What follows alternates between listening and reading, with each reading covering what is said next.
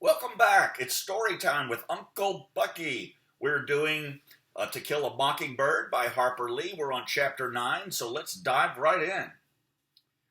You can take that back, boy.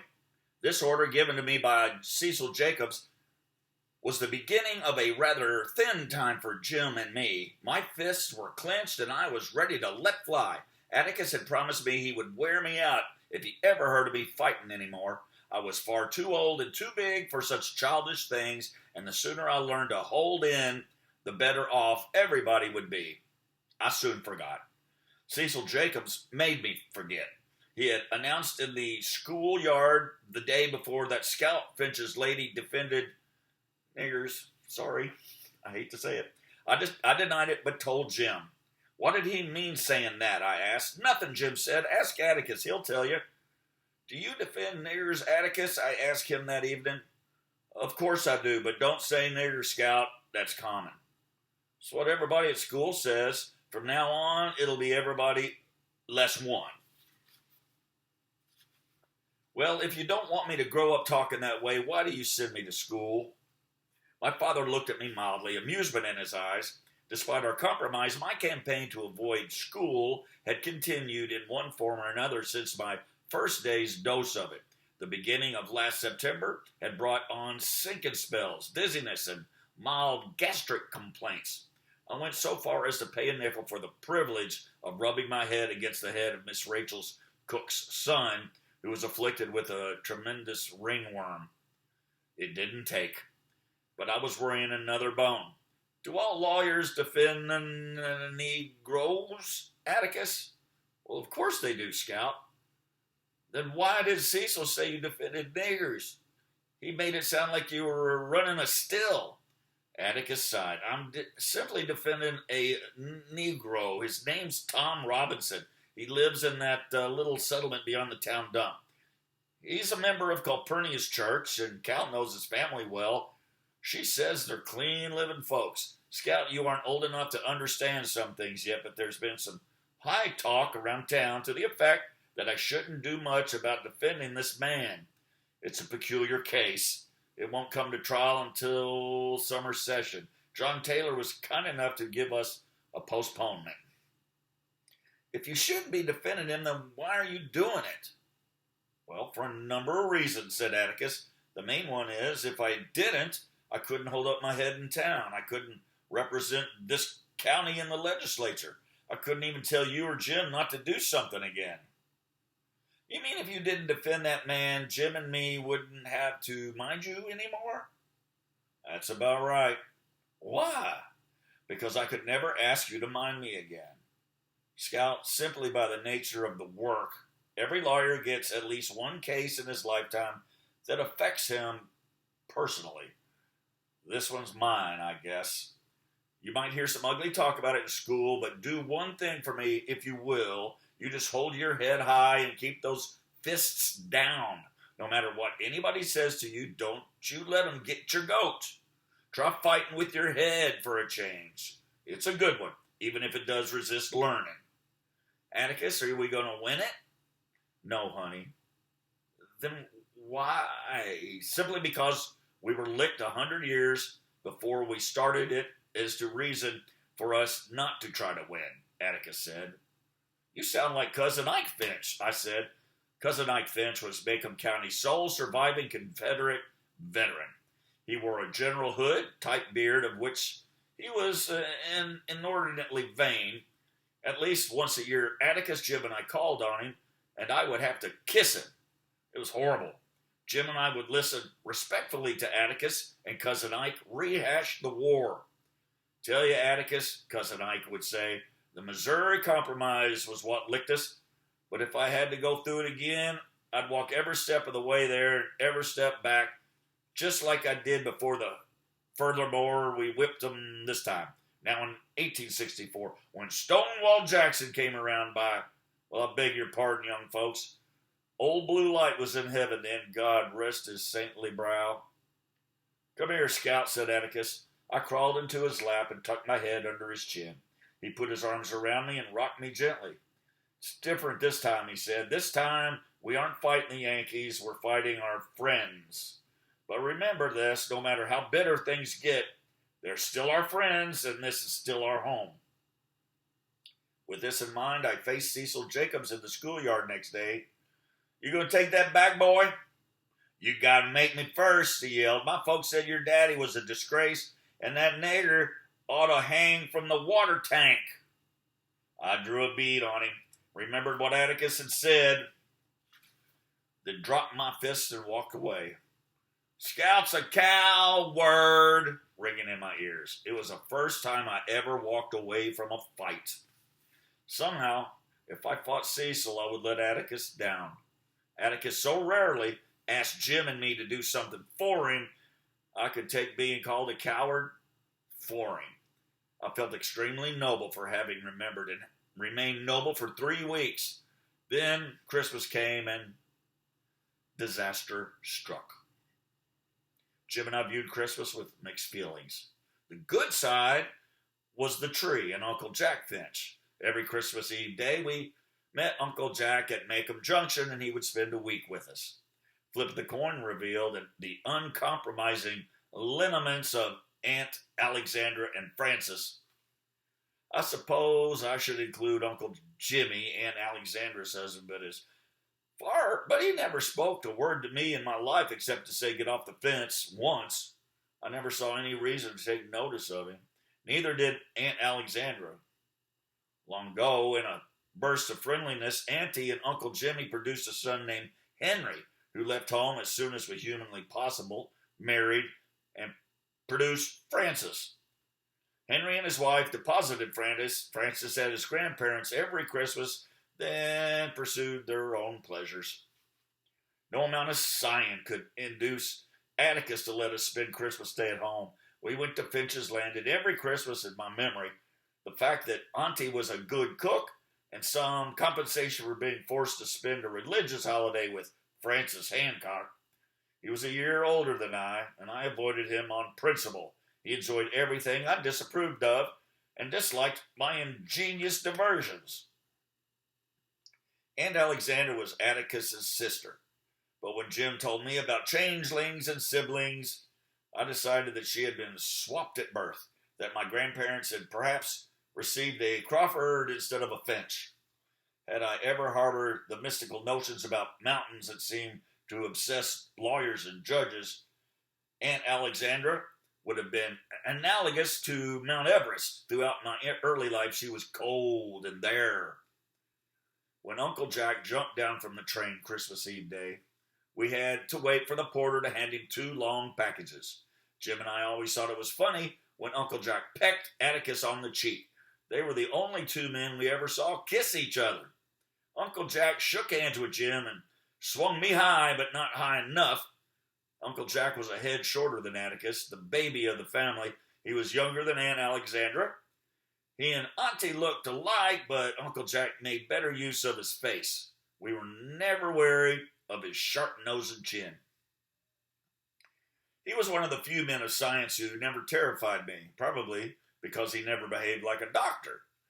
Whenever he performed a minor service for Jim and me, as removing a splinter from a foot, he would tell us exactly what he was going to do, give us an estimation of how much it would hurt, and explain the use of any tongs he employed.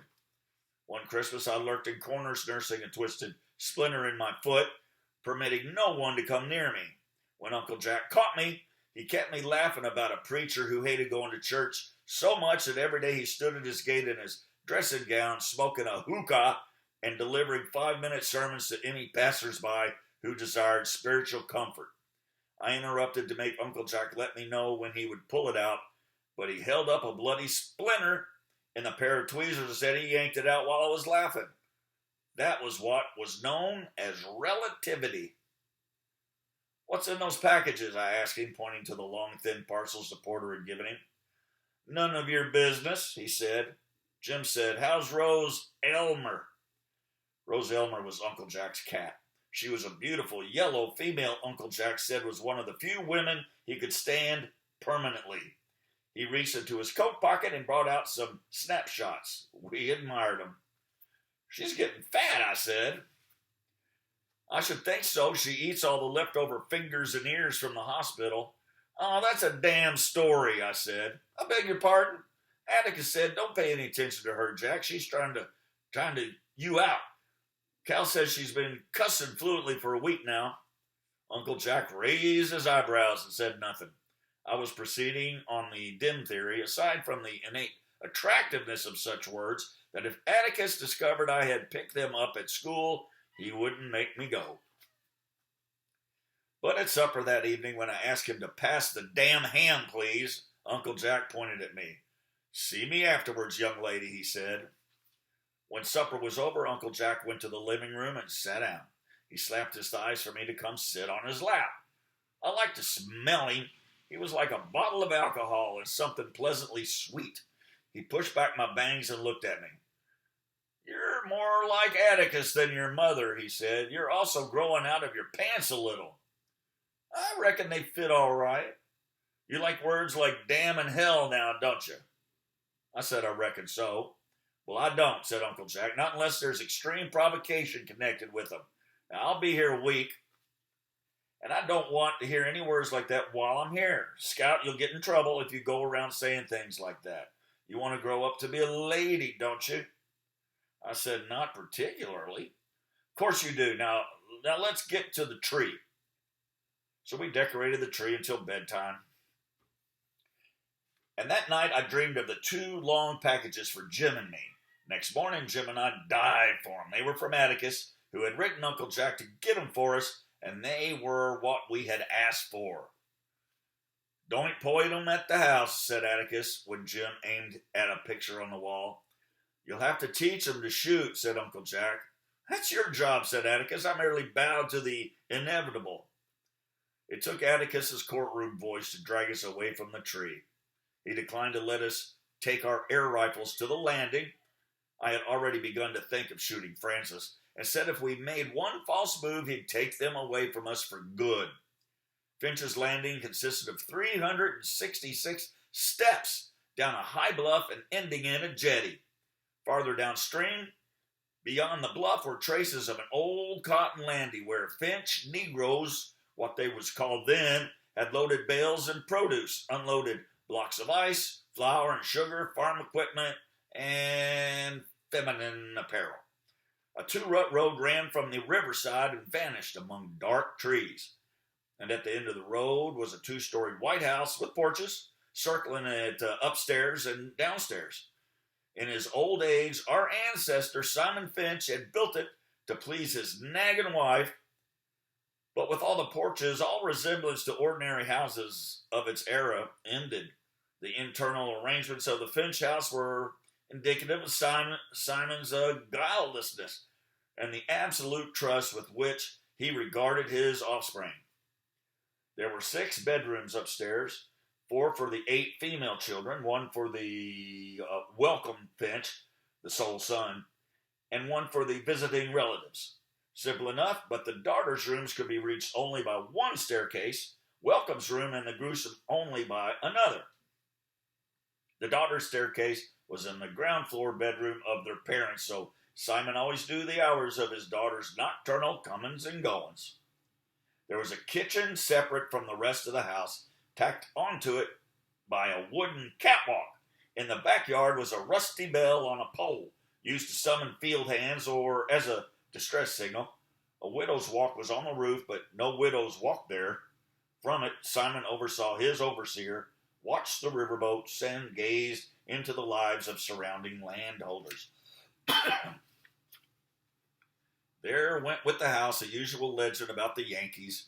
One Finch female, recently engaged, donned her complete trousseau to save it from raiders in the neighborhood. She became stuck in the door to the daughter's staircase, but was doused with water and finally pushed through. When we arrived at the landing, Aunt Alexandra kissed Uncle Jack, Francis kissed Uncle Jack, Uncle Jimmy shook hands silently with Uncle Jack, Jim and I gave our presents to Francis, who gave us a present. Jim felt his age and gravitated to the adults, leaving me to entertain our cousin. Francis was 8 and slicked back his hair. What did you get for Christmas? I asked politely. Just what I asked for, he said. Francis had requested a pair of knee pants. a red leather book sack, 5 shirts, and an untied bow tie. Well, that's nice, I lied. Jim and me got air rifles, and Jim got a chemistry set. A toy one, I reckon. No, a real one. He's going to make me some invisible ink, and I'm going to write to Dill in it. Francis asked, what was the use of that? Well, can't you just see his face when he gets a letter from me and nothing on it? It'll drive him nuts. Talking to Francis gave me this sensation of settling slowly to the bottom of the ocean. He was the most boring child I ever met. As he lived in Mobile, he could not inform on me to school authorities, but he managed to tell everything he knew to Aunt Alexandra, who in turn unburdened herself to Atticus, who either forgot it or gave me hell, whichever struck his fancy. But the only time I ever heard Atticus speak sharply to anyone was when I once heard him say, "Sister, I do the best I can with them." It has something to do with my going around in overalls. Aunt Alexandra was fanatical on the subject of my attire. I could not possibly hope to be a lady if I wore breeches. When I said I could do nothing in a dress, she said I wasn't supposed to be doing things that required pants. Aunt Alexandra's vision of my deportment involved playing with small stoves and tea sets and wearing the Ada pearl necklace she gave me when I was born. Furthermore, I should be a ray of sunshine in my father's lonely life. I suggested that one could be a ray of sunshine in pants just as well, but Auntie said that one had to behave like a sunbeam, that I was born good but had grown progressively worse every year. She hurt my feelings and set my teeth permanently on edge. But when I asked Atticus about it, he said there were already enough sunbeams in the family and to go on about my business. He didn't mind me much the way I was. At Christmas dinner, I sat at the little table in the dining room. Jim and Francis sat with the adults at the dining table. Auntie had continued to isolate me long after Jim and Francis graduated to the big table. I often wondered what she thought I'd do, get up and throw something. I sometimes thought of asking her if she would let me sit at the big table with the rest of them just once. I would prove to her how civilized I could be. After all, I ate at home every day with no major mishaps. When I begged Atticus to use his influence, he said he had none. We were guests, and we sat where she told us to sit. He also said that Aunt Alexandra didn't understand girls much. She never had one. But her cooking made up for everything. 3 kinds of meat, summer vegetables from her pantry shelves, peach pickles, 2 kinds of cake, and ambrosia constituted a modest Christmas dinner. Afterwards, the adults made for the living room and sat around a dazed condition. Jim lay on the floor, and I went to the backyard. "Put on your coat," said Atticus dreamily, so I didn't hear him. Francis sat beside me on the back steps. "That was the best yet," I said. "Grandma's a wonderful cook," said Francis. "She's going to teach me how." "Boys don't cook," I giggled at the thought of Jim in an apron. "Grandma says all men should learn to cook, that men ought to be careful with their wives and wait on them when they don't feel good," said my cousin. "I don't want Dill waiting on me," I said. "I'd rather wait on him." "Dill?" "Yeah, don't say anything about it yet, but we're going to get married as soon as we're big enough. He asked me last summer." Francis hooted. "What's the matter with him?" I asked. "Ain't anything the matter with him." "You mean that little runt Grandma says stays with Miss Rachel every summer?" "That's exactly who I mean." "I know all about him," said Francis. "What about him?" "Grandma says he hasn't got a home." "Has to. He lives in Meridian. He just gets passed around from relative to relative, and Miss Rachel keeps him every summer." "Francis, that's not so." Francis grinned at me. "You're mighty dumb sometimes, Jean Louise. Guess you don't know any better, though." "What do you mean?" "If Uncle Atticus lets you run around with stray dogs, that's his business. Like Grandma says, so it ain't your fault." "I guess it ain't your fault if Uncle Atticus is an air lover besides. But I'm here to tell you it certainly does mortify the rest of the family." "Francis, what the hell do you mean?" "Just what I said. Grandma says it's bad enough he lets you all run wild, but now that he's turned out a nigger lover, we'll never be able to walk the streets and make 'em again. He's ruining the family. That's what he's doing. Francis rose and sprinted down the catwalk to the old kitchen. At a safe distance, he called, "He's nothing but a nigger lover." "He is not," I roared. "I don't know what you're talking about, but you better cut it out this red-hot minute." I leaped off the steps and ran down the catwalk. It was easy to call her Francis. I said, "Take it back quick." Francis jerked loose and sped into the old kitchen. "Nigger lover!" he yelled. When stalking one's prey, it is best to take one's time. Say nothing, and as sure as eggs, he will become curious and emerge. Francis appeared at the kitchen door. "You still mad, Jean Louise?" he asked tentatively. "Nothing to speak of," I said. Francis came out on the catwalk. "You gonna take it back, Francis?" But I was too quick on the draw. Francis shot back into the kitchen, so I retired to the steps. I could wait patiently. I had sat there perhaps 5 minutes when I heard Aunt Alexandra speak. "Where's Francis?" "He's out yonder in the kitchen. He knows he's not supposed to play in there." Francis came to the door and yelled, "Grandma, she's got me in here and she won't let me out." What is all this, Jean Louise?" I looked up at Aunt Alexandra. "I haven't got him in there, Auntie. I ain't holding him." "Yes, she is," shouted Francis. "She won't let me out." "Have you all been fussing?" "Jean Louise got mad at me, Grandma," called Francis. "Francis, come out of there. Jean Louise, if I hear another word out of you, I'll tell your father. Did I hear you say hell a while ago?" No, ma'am." "I thought I did. I'd better not hear it again." Alexandra was a back porch listener. The moment she was out of sight, Francis came out, head up and grinning. "Don't you fool with me," he said. He jumped into the yard and kept his distance, kicking tufts of grass, turning around occasionally to smile at me. Jim appeared on the porch, looked at us, and then went away. Francis climbed the mimosa tree, came down, put his hands in his pockets, and strolled around the yard. "Ha!" he said. I asked him who he thought he was. Uncle Jack. Francis said he reckoned I got told for me just to sit there and leave him alone. "I ain't bothering you," I said. Francis looked at me carefully, concluded I had been sufficiently subdued, and crooned softly, "Nigger lover." This time I split my knuckle to the bone on his front teeth. My left impaired, I sailed in with my right, but not for long. Uncle Jack pinned my arms to my sides and said, "Stand still." Aunt Alexandra ministered to Francis, wiping his tears away with her handkerchief, rubbing his hair, patting his neck, kissing his cheek. Atticus, Jim, and Uncle Jimmy had come to the back porch when Francis started yelling. All right, stop this thing.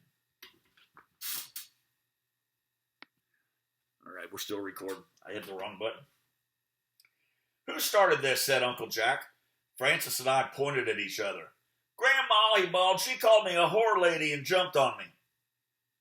"Is that true, Scout?" said Uncle Jack. "I reckon so."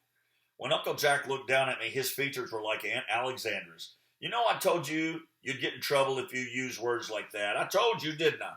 "Yes, sir, but..." "Well, you're in trouble now. Stay there." I was debating whether to stand there or run, and tarred in indecision a moment too long.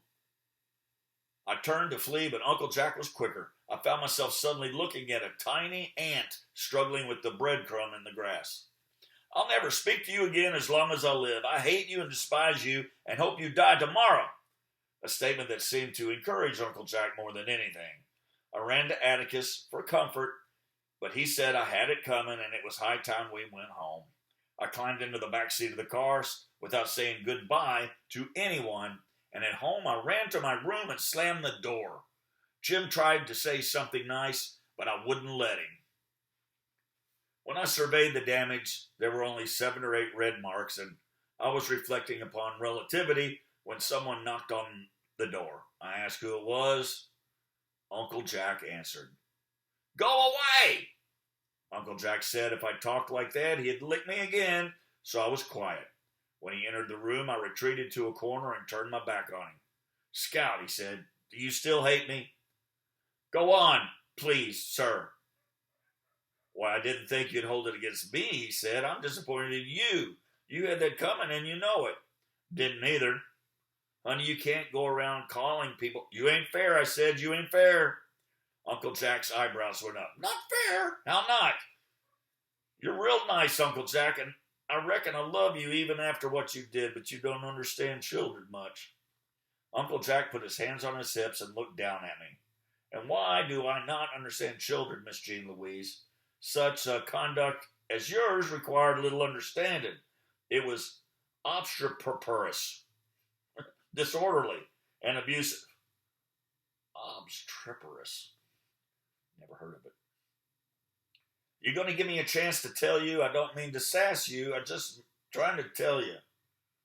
Uncle Jack sat down on the bed. His eyebrows came together, and he peered up at me from under them. Proceed, he said. I took a deep breath. Well, in the first place, you never stopped to give me a chance to tell you my side of it. You just lit right into me. When Jim and I fuss, Atticus doesn't ever just listen to Jim's side of it. He hears mine too. And in the second place, you told me never to use words like that except in extreme provocation. And Francis provocated me enough to knock his block off. Uncle Jack scratched his head. What was your side of it, Scout? Francis called Atticus something, and I wasn't about to take it off him. What did Francis call him? A nigger lover. I ain't very sure what it means, but the way Francis said it, tell you one thing right now, Uncle Jack, I swear before God, I'll sit there and let him say something about Atticus. Won't do it. He called Atticus that? Yes, sir, he did, and a lot more. Said Atticus will be the ruination of the family, and he let Jim and me run wild. From the look on Uncle Jack's face, I thought I was in for it again. When he said, we'll see about this, I knew Francis was in for it. I've got a good mind to go out there tonight. Please, sir, just let it go, please. I've no intention of letting it go, he said. Alexandra should know about this. The idea of, wait till I get my hands on that boy. Uncle Jack, please promise me something. Please, sir. Promise me you won't tell Atticus about this. He asked me one time not to let anything I heard about him make me mad, and I'd rather him think we were fighting about something else instead. Please promise. But I don't like Francis getting away with something like that. He didn't. You reckon you could tie up my hand? It's still bleeding some. Of course I will, baby. I know of no hand I would be more delighted to tie you up. Will you come this way? Uncle Jack gallantly bowed me into the bathroom. While he cleaned and bandaged my knuckles, he entertained me with a tale about a funny, nearsighted old gentleman who had a cat named Hodge, and who counted all the cracks in the sidewalk when he went in town. There now, he said, you'll have a very unladylike scar on your wedding ring finger. Thank you, sir. Uncle Jack. Ma'am, what's a whore lady? Uncle Jack plunged into another long tale about an old prime minister who sat in the House of Commons and blew feathers in the air and tried to keep them there when all about him men were losing their heads. I guess he was trying to answer my question, but he made no sense whatsoever.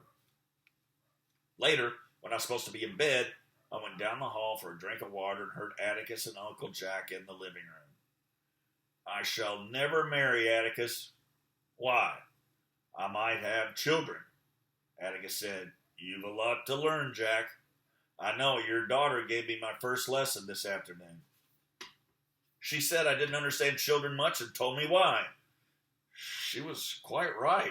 Atticus, she told me how I should have treated her. Oh dear, I am so sorry I romped on her. Atticus chuckled. Well, she earned it, so don't feel too remorseful. I waited on tenterhooks for Uncle Jack to tell Atticus my side of it, but he didn't.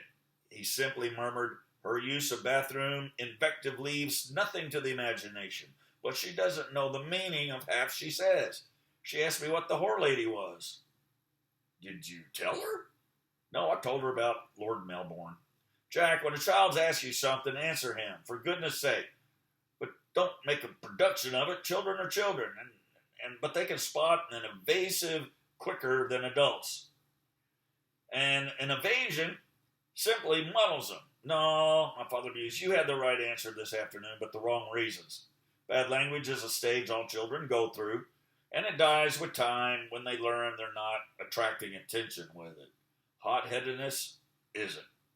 Scout's got to learn, keep her head, and learn soon with what's in store for her these next few months. She's coming along, though.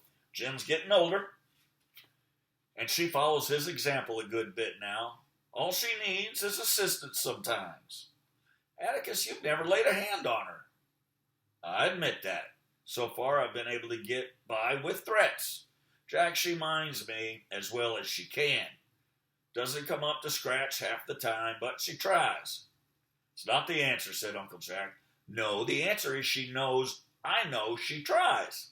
That's what makes the difference. What bothers me is that she and Jim will have to absorb some ugly things pretty soon. I'm not worried about Jim keeping his head, but Scout'd just as soon jump on someone as look at him if her pride's at stake. I waited for Uncle Jack to break his promise. He still didn't. Atticus, how bad is this going to be? You haven't had much chance to discuss it. Couldn't be worse, Jack. The only thing we've got is a black man's word against the Yules. The evidence boils down to, you did, I didn't. The jury couldn't possibly be expected to take Tom Robinson's word against the Yules. Are you acquainted with the Yules? Uncle Jack said yes. He remembered them. He described them to Atticus, but Atticus said, you're a generation off. The present ones are the same, though. So what are you going to do then? Well, before I'm through, I intend to jar the jury a bit. I think we'll have a reasonable chance on appeal, though. I really can't tell at this stage, Jack. You know, I'd hope to get through life without a case of this kind, but John Taylor pointed at me and said, you're it. Let this cup pass from you, eh? Right, but do you think I could face my children otherwise? You know what's going to happen as well as I do, Jack. And I hope and pray I can get Jim and Scout through it without bitterness, and most of all, without catching Macomb's usual disease. While reasonable folk go stark raving mad when anything involving a Negro comes up, is something I don't pretend to understand. I just hope that Jim and Scout come to me for their answers instead of listening to the town. I hope they trust me enough. Jean Louise? My Scout jumped. I stuck my head around the corner. Sir? Go to bed. I scurried to my room and went to bed. Uncle Jack was a prince of a fellow not to let me down, but I never figured out how Atticus knew I was listening. And it was not until many years later that I realized he wanted me to hear every word that he said. All right, that's chapter 9. We're getting towards the trial, which is the most important part of the book. I think part 1, there's 2 parts, part 1, part 2. Part 1 is just getting to know the family and their way of dealing with things. Part 2 is the trial and everything that happens from there. If you'd like to send a small tip to your storyteller, feel free. It is not necessary. It is my little source of entertainment. I'm not playing music for tips anymore, and I'm not bartending. This is all I'm doing. I'm old. So this is the way that, if it makes it easy, if you'd like to, there's a PayPal and a Venmo right there, but not necessary.